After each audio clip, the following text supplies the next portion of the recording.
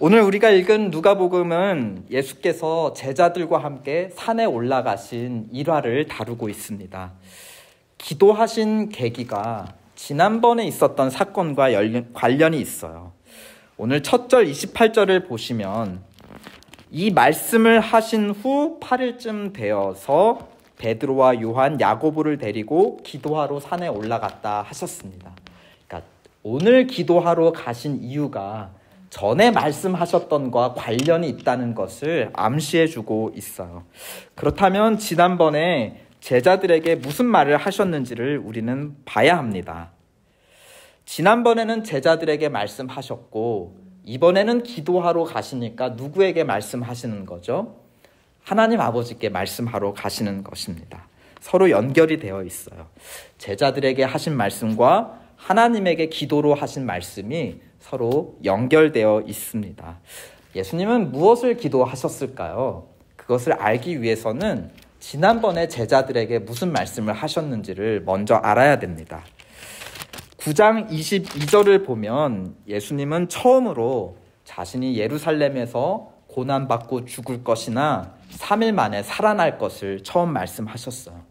그리고 27절에 보면 승천하실 것을, 승천해서 영광 받으실 것을 제자들에게 처음으로 밝히셨습니다. 이 비밀을 처음으로 말씀하신 계기가 있다는 것이죠. 그 앞서 제자들에게 사람들이 자기를 누구라 하는지 물어보셨어요. 사람들은 병 고치고 귀신을 내쫓고 배고픈 자를 먹이는 예수님더러 누구라고 말했죠? 그분은 위대하신 선지자다. 왜 그러죠? 구약을 읽어보면 다른 선지자들, 특히 모세, 엘리야 이런 위대한 선지자들이 그런 일들을 했기 때문이에요. 그런데 예수님은 베드로에게 일반 사람들이 보지 못하는 특별한 것을 보여주셨어요. 야이로의 딸, 그 방에 데리고 가셔서 죽은 아이를 되살아나는 그 장면을 보여주셨습니다. 그걸 보았기 때문인지 베드로의 대답은 달랐어요. 너희는 나를 누구라고 생각하느냐라고 제자들에게 묻자 베드로가 다른 대답을 내놓습니다. 당신은 그리스도시요 하나님의 아들이십니다. 그냥 하나님의 종들이 아니라 종보다 높은 아버지, 주인의 상속자, 아들이라는 것입니다. 그냥 선지자가 아니라 하나님 나라의 왕, 상속자, 다윗의 후손이라고 대답을 한 것이었죠.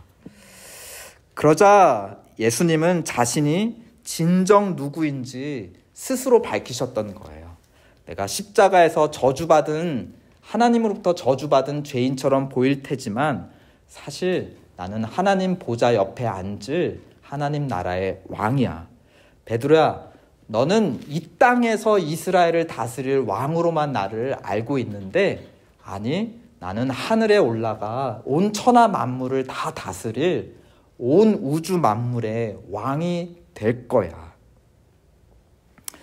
그런 면에서 주님의 부활과 승천은 왕이 되기 위한, 왕관을 받고 왕이 되기 위한 즉위식이었죠. 그래서 9장 27절에 보면 죽기 전에 하나님의 나라를 볼 자들도 있다 하셨습니다. 바로 누구였죠? 예수님의 영광스러운 승천을 눈으로 목격한 제자들. 예수님께서 하나님 나라의 왕이 되셔서 그 나라가 임하는 것을 성령으로 체험받은 바로 제자들을 말씀하시는 것이었습니다. 그러니까 오늘 본문에서 이 말씀을 하신 후라는 것은 예수님이 참으로 누구이신지 자기 정체를 스스로 밝히신 후, 또 그뿐만 아니라 다른 모든 사람들을 제쳐놓고 나를 따르는 제자들이 그 하나님 나라의 첫 번째 시민이 될 것을 말씀하신 후에 이제 하나님께 기도하러 올라가셨다라는 것입니다.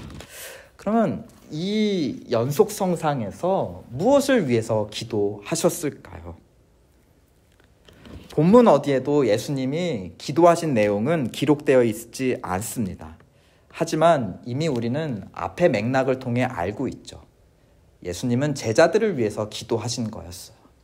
내가 참으로 누구인지, 그리고 나를 따르는 제자들에게 무슨 일이 일어날 건지, 그들이 죽기 전에 하나님 나라에 보고 그 영광과 권능을 받게 될 것을 제자들도 믿게 하여 주시옵소서. 예수님은 제자들을 위해서 기도하신 것이었어요. 이러한 추측을 오늘 기도 후에 이루어진 하나님 아버지의 응답을 통해서 우리는 확인해 볼 수 있습니다. 예수님의 기도는 기록되어 있지 않지만 하나님 아버지께서 즉시 응답해 주셨어요. 그 응답하신 내용을 보면 우리는 거꾸로 무엇을 확인할 수 있죠? 예수님께서 무엇이라고 기도했는지 알 수 있다는 것이에요. 첫 번째 하나님의 응답이 29절에 기록되어 있습니다. 뭐라고 기록되어 있죠? 기도하실 때에 용모가 변화되었고 그 옷이 휘어져 광채가 났다 하였습니다. 광채 나는 흰 옷을 입은 자, 성경에서는 주로 천사들이 이런 옷을 입고 있다고 묘사되고 있죠. 예수님은 하나님께서 보내신 자, 하늘에서 오신 자인 것을 지금 암시해주고 있습니다.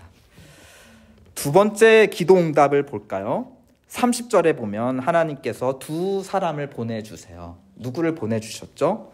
모세와 엘리야 선지자를 보내주셨습니다. 그리고 31절에 예수께서 별세, 이 세상을 떠나실 것을 증언하고 있습니다. 모세는 누구였나요? 이스라엘 민족을 애굽 신들에게서 떠나서 하나님과 더불어 처음으로 언약 맺도록 도왔던 하나님의 종이었어요. 엘리야는 누구였습니까? 그랬던 이스라엘 민족이 약속의 땅에 간 다음에 어떻게 되었죠? 하나님을 떠나 다른 신들과 짝짓고 놀게 되었습니다. 엘리야는 그러한 이스라엘 사람들을 가나안 신들에게서 떠나서 다시 하나님과의 언약을 새롭게 하도록, 회복하도록 도운 선지자가 바로 엘리야였습니다. 모세와 엘리야 공통점이 있죠. 뭐죠? 이스라엘. 그리고 이스라엘 민족으로 하여금 하나님과의 첫 언약을 맺게 했고 또 그 언약으로 다시 돌아오게 했던, 하나님과의 언약으로 이스라엘 백성들을 묶어주었던 선지자들, 구약의 많은 선지자 중에 대표적인 두 선지자가 바로 모세와 엘리야였습니다. 31절에 보면 이들도 영광 중에 나타났다. 하나님이 보내신 종이라는 뜻이기도 합니다. 그런 그들이 예수님에 대해서 증언한 단 하나의 주제가 있었다면 31절에 무엇이나요? 별세하실 거다라는 것을 증언하고 계십니다. 여기서 별세란 세상을 떠난다라는 뜻인데 우리에게는 보통 이제 죽음을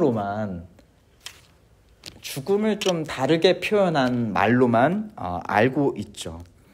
그러나 이 별세는 죽으신 뿐만이 아니라 부활하시고 승천하시는, 이 땅을 떠나 하늘로 올라갈, 오히려 하나님 보좌의 우편에 앉아 하나님 나라의 왕이 될 것을 말씀하시는 단어가 바로 별세입니다. 근데 이 별세에 사용된 원래 원어, 헬라어가 엑소더스예요. 엑소더스, 영어로 엑소더스, 어떤 구약의 어떤 책의 제목이죠? 두 번째 책, 출애굽기, 애굽을 떠난다, 엑소더스, 떠난다 할 때 엑소더스예요. 아까 모세와 엘리야도 이방 거짓 신들한테 묶여서 종노릇하고 했던 이스라엘 백성을 어떻게 했다 그랬죠? 떠나보내게 만들었다, 출애굽시켰다. 지금 예수님도 이 출애굽, 엑소더스라는 표현을 통해서 무엇을 하시는 분이라는 것이에요. 선택된 하나님의 백성들과 함께 출애굽, 이제는 애굽이 아니라 우리를 영원히 붙드는 죄와 사망의 권세로부터 우리를 엑소더스, 탈출시켜 주실 하나님의 선지자 같은 분이다라는 것입니다. 그렇다면 예수님도 모세와 엘리야와 같이 영광 중에 계신 그냥 선지자 중에 하나라는 것인가? 사람들의 말이 맞았던 것인가? 우리는 좀 더 자세히 알기 위해 하나님의 세 번째 응답을 살펴보아야 합니다. 그 전에 오늘 본문의 카메라는 예수님을 떠나 잠시 제자들에게로 그 포커스를 옮겨 맞추고 있습니다. 지금 이 모든 산으로 올라가신 이유, 또 기도하신 이유, 또 하나님께서 예수님을 변하게 하신 이유, 또 모세와 선지자를 보내셔서 예수님이 앞으로 어떤 일들을 겪으실지, 어떤 일들을 이루실지, 죄와 사망으로부터 하나님의 백성들을 어떻게 탈출시킬지를 누구를 위해서 일을 했다는 것이에요. 이게 다 제자들로 하여금 그것을 믿게 하도록 예수님께서 산으로 올라가셨고 하나님께서 응답해 주셨다라는 것입니다. 그런데 제자들의 반응을 보면 32절에 어떻게 했다고 했죠? 졸다가 깨었다. 33절에 여기가 좋사오니 집을 짓고 삽시다. 하나는 주를 위해, 하나는 모세를 위해, 하나는 엘리야를 위해. 아마 이번 주에 이 본문을 읽고 썼던 우리와 비슷한 반응이 아닐까요? 우리가 그러니까 뭐 이런 말씀이 써져 있지? 졸다가 깨어서 그래도 나에게 이런 체험이 좀 있었으면 좋겠다. 나도 이런 거 좀 봤으면 좋겠다. 어떤 면에서 우리와 비슷한 반응이 아닐까 싶습니다. 그래도 이 제자 3명은 구약 성경을 꽤나 읽어봤던 사람들인 것임에 틀림이 없어요. 어떻게 알 수 있을까요? 자다가 깨었는데 처음 본 두 사람을 보고 단번에 와, 모세다. 와, 웬일이야, 선지자 엘리야다. 아니, 그들에 대한 것을 귀로만 듣기만 했고 그 당시에는 그러니까 책을 직접 글을 읽지는 못했고 많이 들었을 거예요. 들었기만 했던 사람인데 졸다가 깨어 처음 봐놓고서는 와, 모세다. 어떻게 엘리야 선지자야. 어떻게 알아보았다. 그만큼 이들은 어떻다는 거죠? 모세와 엘리야 선지자들에 대해서 밝히 알고 있었던 사람들이라는 것입니다. 그들 옆에 그들을 위해서 집도 짓고 예수님을 위해 집도 짓자라는 것은 어떤 면에서 이 제자들 생각에 예수님도 그들과 같은 하나님의 선지자이다라고 생각했는지 모르겠어요. 33절 마지막에 보면 자기가 하는 말을 자기도 알지 못했다 했는데 원래 그렇잖아요. 우리가 알지 못하는 중에 속마음이 나오는 것 아닐까요?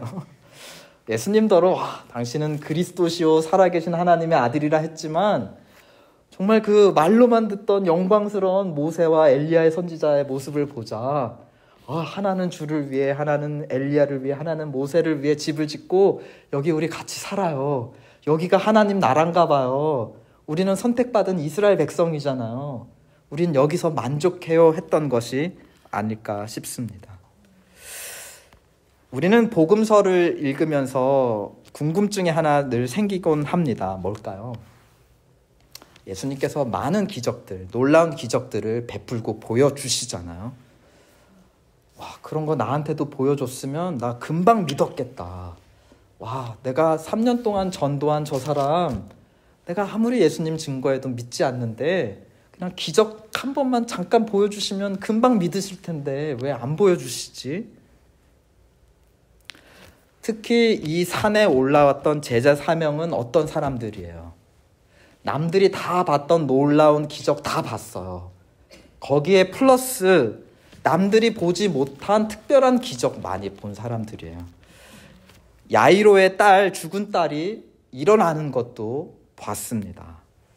남들이 보지 못한 영광스러운 모세와 엘리야도 직접 보았어요. 또 지금까지 보지 못한 예수님의 영광스러운 모습도 오늘 보았습니다. 그럼에도 여전히 예수님을 오해하고 있어요. 여전히 자신이 생각하는 그리스도는 이러한 분이시다 라는 그 생각 속에 예수님을 가두고 있습니다. 지금 여기 나와 내 가족, 내 교회만을 위한 주님 정도로만 지금 생각을 하고 여기에 머물자라고 속마음을 드러냈다라는 것입니다. 무엇을 우리에게 말해주나요? 눈에 보이는 것은 우리 마음에 믿는 바를 바꾸지 못해요. 오히려 우리 마음에 이미 굳게 믿고 있는 바를 어떻게 하죠? 더 굳게 만들어주는 것이에요. 지금까지 이 모든 것들을 봐왔더니 이분은 이 땅의 왕으로 오신 예수님이야. 그리스도시야. 그러니 여기에 집을 짓고 삽시다. 여기에 왕국을 세웁시다 라는 말이 나왔던 거죠. 보는 것이 그의 마음을 변화시킨 게 아니라 이미 마음에 믿고 있는 바를 더 강하게 두껍게 더 씌워 주었다라는 것입니다. 놀라운 눈에 일어나는 변화를 하나님이 보여주셔도 우리는 어떻다는 거예요?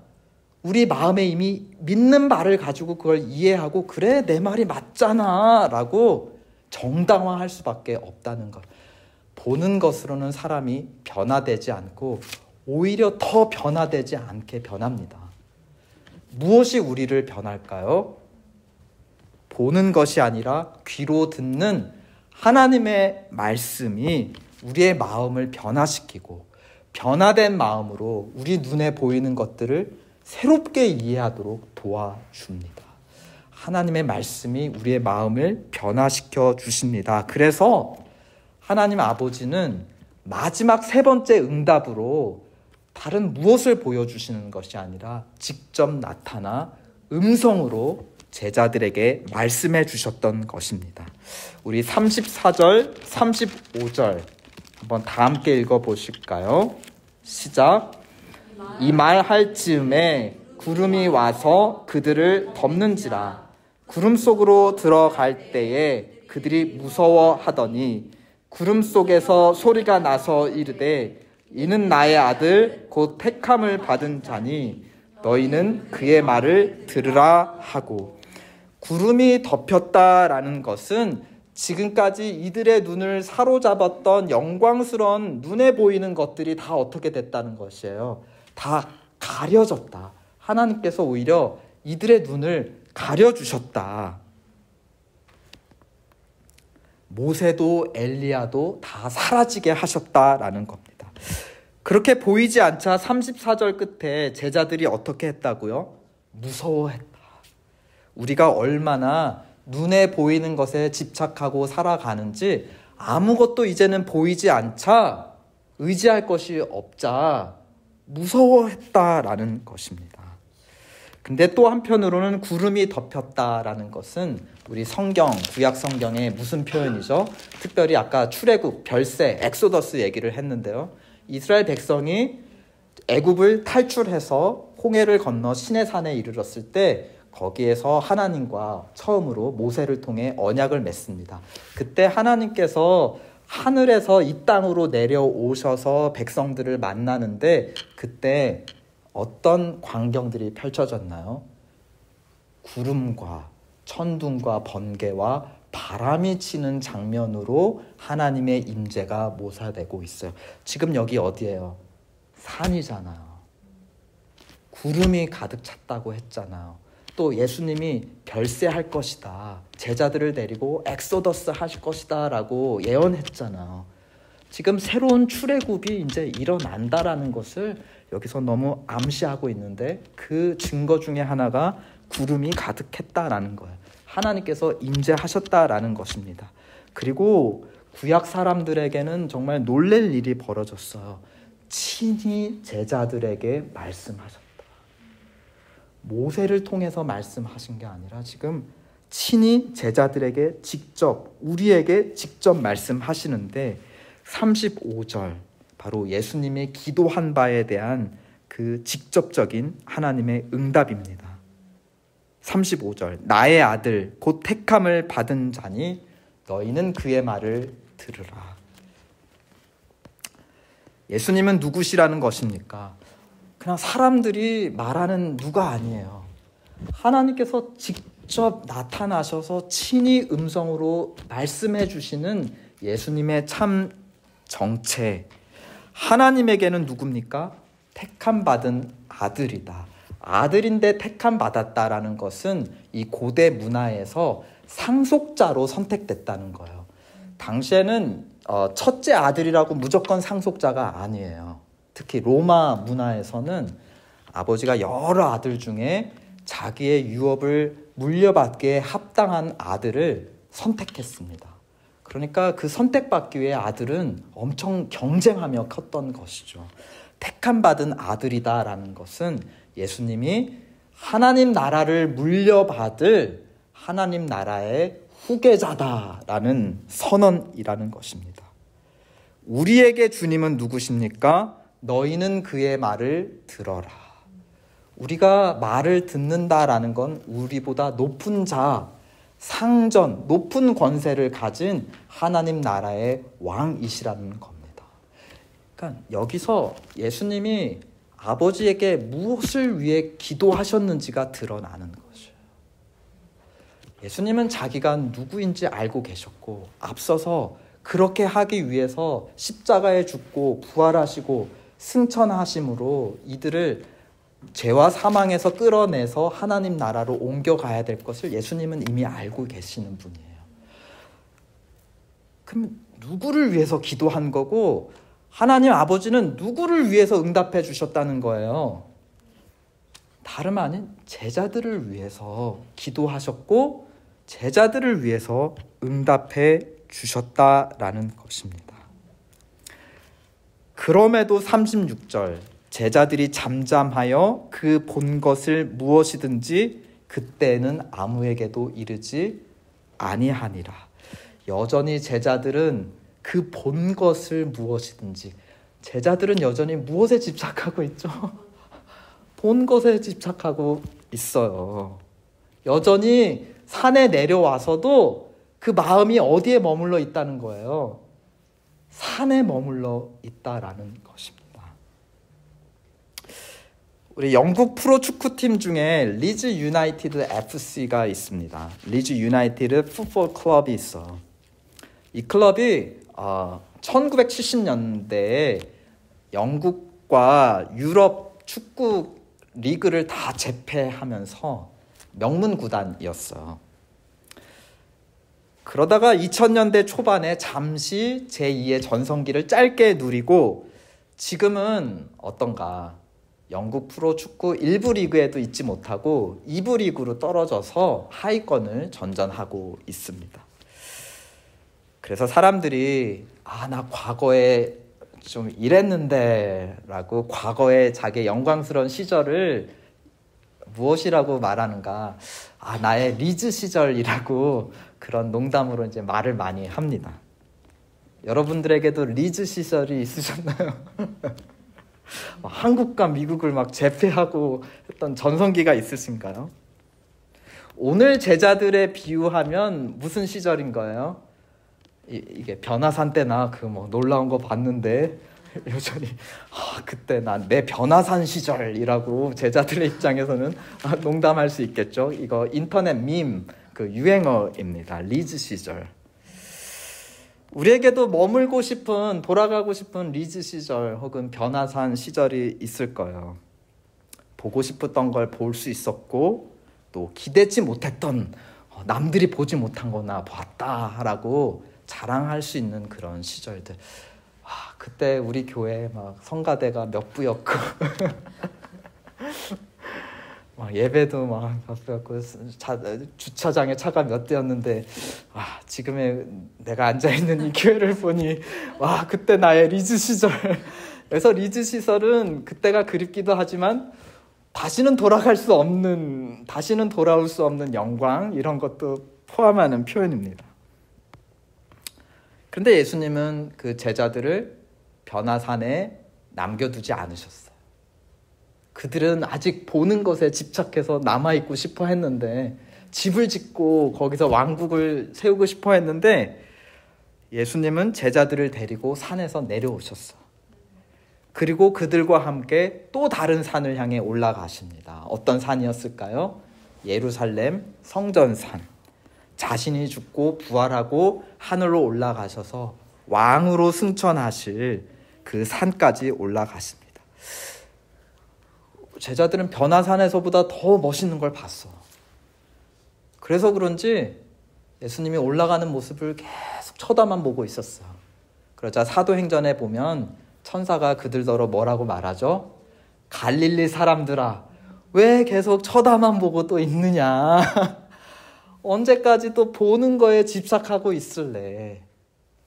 예수님 예루살렘에 계속 머물러 있으라고 그랬나요? 아니죠. 성령이 임할 때까지만 머물러 있고 성령을 받으면 그 산에서도 또 내려와서 나가라 하셨어요.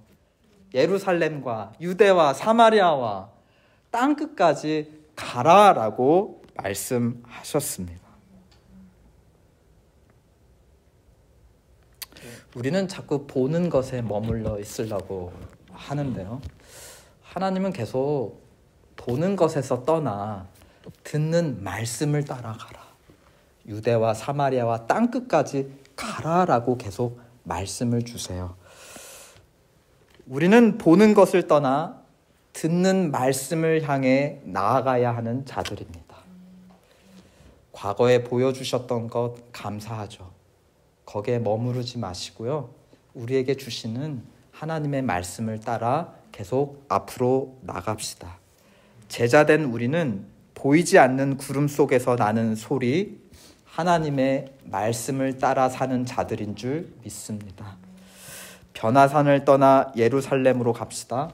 또 예루살렘을 떠나 땅끝으로 나아갑시다. 우리 교회는 내년에도 머물러 있는 곳을 떠나 새로운 곳으로 나아갈 줄 믿습니다. 아멘. 우리는 움직이는 교회, 하나님의 말씀을 따라 움직이는 교회, 지금 여기도 좋은데 하고 머물러 있는 자들이 아니라 말씀을 따라 땅끝까지 나아가도록 부름받은 주님의 움직이는 교회인 줄 함께 고백합시다.